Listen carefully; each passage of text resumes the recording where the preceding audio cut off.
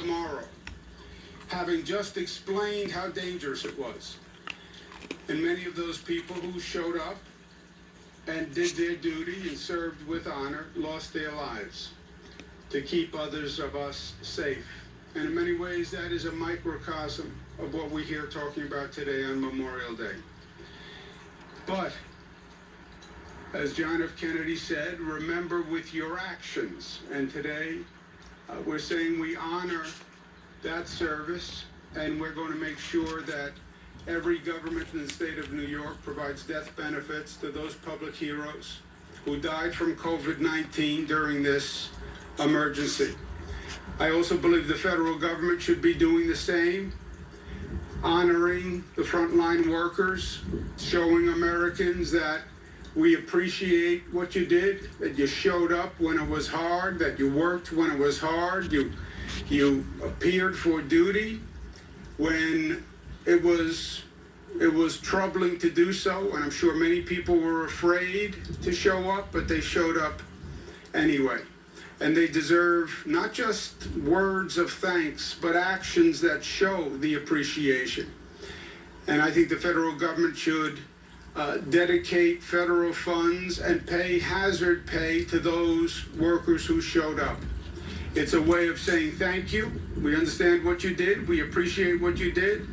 And it's a way of showing Americans that when there is a next time, and there is a next time, that we truly appreciate those people who show up and do their duty.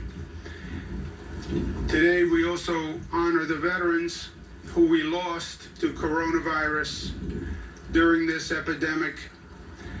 Jack Conyers, Stephen Patty, Cleveland Jessup, and those are just a handful, people from New York. We're still in the midst of this COVID battle. We are making progress here in New York. Again, the hospitalization rate is down. The net change in hospitalizations is down. Intubations is down, which is very good news. Day-to-day hospitalizations are down, which is continued good news, and in many ways the most important news. It means the number of people who are coming in to our hospitals on a day-to-day basis continues to drop. And the most important number to me, the number of lives lost, 96, is still painfully high, but only in the relative absurdity of our situation is that relatively good news. And we remember those 96 families today. John F. Kennedy's words of appreciation were echoes of the thoughts of Abraham Lincoln after thanking those who lost their lives in the Civil War. It is for us, the living, to be dedicated here to the unfinished work that they have thus far so nobly carried on. It's about the unfinished work. That's what Abraham Lincoln said. That's what John F. Kennedy said. That's what almost every great leader of this country has said. It's about dedicating ourselves to the unfinished work. And we do that here in New York. We honor the memory of the fallen by going forward, by living, by growing, by advancing, by learning from it, by being stronger than ever before, by taking the values and principles of America that they lived and died for, and raising them to a new level, by rising even higher and even stronger than ever before. And we will do that. We will do that here in New York. We'll do that in this country, because America and New York are tough, smart, united, disciplined, and loving at the end of the day. And that has brought us to this point where this country is the strongest, best country on the globe, and it will take us forward. Questions? Yes, Governor, when you had required people in nursing homes who were working there to get tested twice a week, are you also requiring the patients to be tested as well? We are testing the patients. It's not really it is a requirement that the staff be tested twice a week. Some of the nursing home operators have pointed out that that's a burdensome task, and I understand that it is, but it is a requirement to maintain your nursing home license in the state of New York. We've known from day one that the nursing homes are the most vulnerable places for this COVID virus. We were introduced to it, Seattle, Washington, in a nursing home. Vulnerable population in the most vulnerable place in a congregate setting. So I understand the burden. We're working with them to get the testing, etc. But I want to make sure that we can all say at the end of the day that we did everything we could. We still lost 96 people yesterday. God and Mother Nature has a hand in this, but we did everything we could. They got the best hospital care, the best nurses, the best doctors, and still we lost 96 people. I want to make sure we can say that all across the board, and we can say that about nursing homes. And that's why it is a requirement to test the staff. We're also testing the patients, the residents of nursing homes. I wouldn't call it a requirement, so to, but we are testing all the people in nursing homes. Criteria for that? When would they be tested? They're tested on an ongoing basis. It's happening now. They're tested by nursing home staff, or we have state personnel who are doing the testing. But the whole thing with this virus is to find it early and isolate. And again, nursing homes are the prime breeding ground for this killer. Governor, on the death benefits, is this funded by the state, given the state's finances? I'm sure it's difficult. And who qualifies as a frontline worker on this? Yeah, it's funded. Any public employee who works in the state of New York, whether you're a city employee, county employee, state employee, that local pension fund or state pension fund will pay those benefits. Frontline workers, we have a full list, but they're the people we've been discussing. It's the frontline public health care workers, police workers, EMS workers, fire department workers, the people who showed up. And look, they showed up because I asked them to show up. They showed up because I required them to show up. There's not a transit worker who drove a bus or conducted a train, or a nurse who didn't walk into an emergency room who wasn't scared to death. They knew what we were talking about. I mean, it was enough to shut down society, right? Tell everyone to stay home.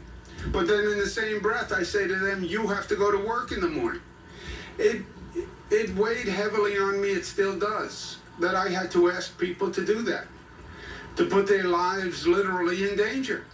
And we knew they were putting their lives in danger, and that they did it anyway. I have such respect and esteem for what they did. And I want to make sure that we repay that, not just by saying thank you and running nice television commercials, right? That's why I use the words of JFK and Abraham Lincoln. You want to say thank you, show that you're grateful. Show the respect. And the least we can do, and I would say what we must do, is for their families, those who died from the COVID virus, make sure they get the appropriate death benefits. And it's based on numbers, but given the data that you've been looking at, Mayor de Blasio has said that New York City could open sometime around mid-June, which is actually not that far away. Based on the data you're seeing, is that a possibility? Zach, there's only one set of numbers, right? This is not pick your numbers here. We have statewide criteria. They are the same all across the state. And we know where we are on each of those criterion on any given day, and they're posted on the website.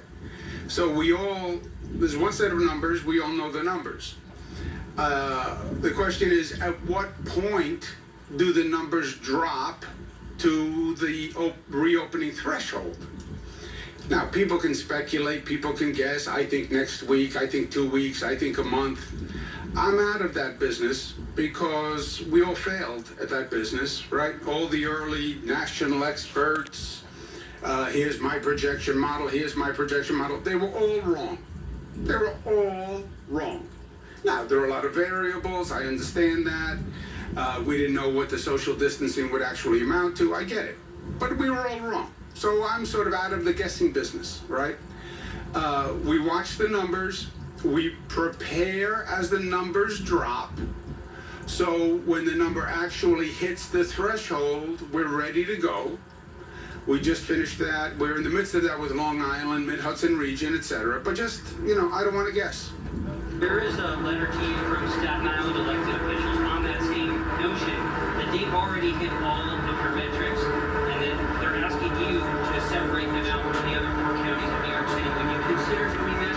Yeah, but then what you would have to say is Staten Island is a place unto itself, right? And I understand the Staten Island mentality, and I love Staten Island, and I have a lot of friends there. But it's not a place unto itself for this purpose. If you live on Staten Island, you very well may be working in Manhattan. You're traveling through the New York City area. So Staten Island is part of New York City. Queens is part of New York City. Brooklyn's part of New York City. Bronx is part of New York City. I get that sometimes every borough would like to secede and be its own place. I understand. Sometimes I would like to take the state of New York and secede and just not have to deal with the federal government. So I get it. But Staten Island just practically is still part of New York City. And that's the region in which the infection would spread. A quick follow-up. The state dashboard shows an uptick in hospitalizations in central New York and in the Finger Lakes regions. To what degree do you attribute that to reopening in those regions, and how concerned are you about it? Yeah, first of all, the numbers do bounce. And when we reopen, it would be, you could expect an uptick. I like to make the point that it's not necessarily determined that you will have an uptick. It's contingent on how people act and what people do. But increasing gatherings, increasing activity, you will increase the infection rate. It does bounce anyway. Where we've seen the uptick in hospitalizations, I don't believe factually that could be linked to the reopening because it's too fast. If you get the virus today, the virus takes a couple of days to incubate. You then start to have some symptoms. You might feel ill to stay home, or you might not. If you feel ill to stay home, you'd be home for a few days. But it's like 10 days until you'd even think of going into the hospital. And that does not sync up with the reopening. It was too fast. Governor, I'm sure you can hear behind you, car traffic is picking up.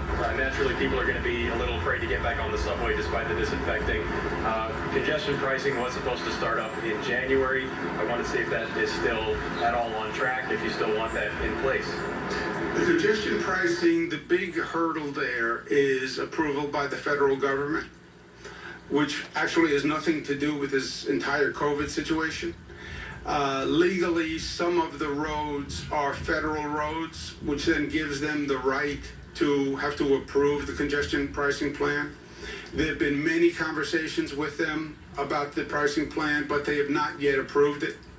So put COVID aside and everything else aside. You need federal approval, and we haven't gotten the federal approval yet. Now, why they wouldn't give us the federal approval is beyond me, which comes back to the possible, what if New York would have secede point, which we can't do, but it's nice to think about. The administration for that approval? There have been multiple conversations between the MTA and the federal administration on congestion pricing. What do you think of when you see pictures? What do you think of when you see pictures of people in the Lower East Side, the Upper East Side gathering without their masks in front of the bars or restaurants? And even some of these other pictures in the country where there's mass gatherings, pools, beaches, and no social distancing. Yeah, look, I'm a native-born New Yorker, as you know, so I was sort of born blunt, It is just the way of the place. And on the facts, you can reopen, you can increase activity without increasing virus spread. Be smart. you know, I talk about the masks, and I'll talk about the masks until I am blue in my face, because they work. They work. It is still inconceivable to me that the frontline workers have a lower infection rate than the general population. The nurses and doctors who were in an emergency room have a lower infection rate than the general population. The transit workers driving the subways have a lower infection rate than the general population. The police have a lower infection rate than the general population because they use the PPE. It works. Why you wouldn't use it, there's no legitimate, rational explanation. Well, I don't like the way it looks. You know what? Paint something on the mask, right? Get a new color. You know, you can get a designer mask. It's such a, the opposition is so trivial and nonsensical relative to the risk. You could get sick. You could make somebody else sick. Even if you think you're a Superman or Superwoman, you could bring the virus home and get someone sick, and it winds up killing them. So it's not smart. It's not smart. My colleague, Melissa DeRosa, said yesterday, it was stupid. That's another way of saying not smart. Sort of the hyper New York way of saying that. Takes less words. But yeah, so That more people are ignoring or declining to wear a mask and ignoring social distancing because they see the numbers go down and they just think, oh, okay, it's all better now. yeah, the number goes down until you go out and don't do the PPE and don't do the mask, and then the number will go up. And who's going to determine what happens to the number? The person in the mirror determines that number.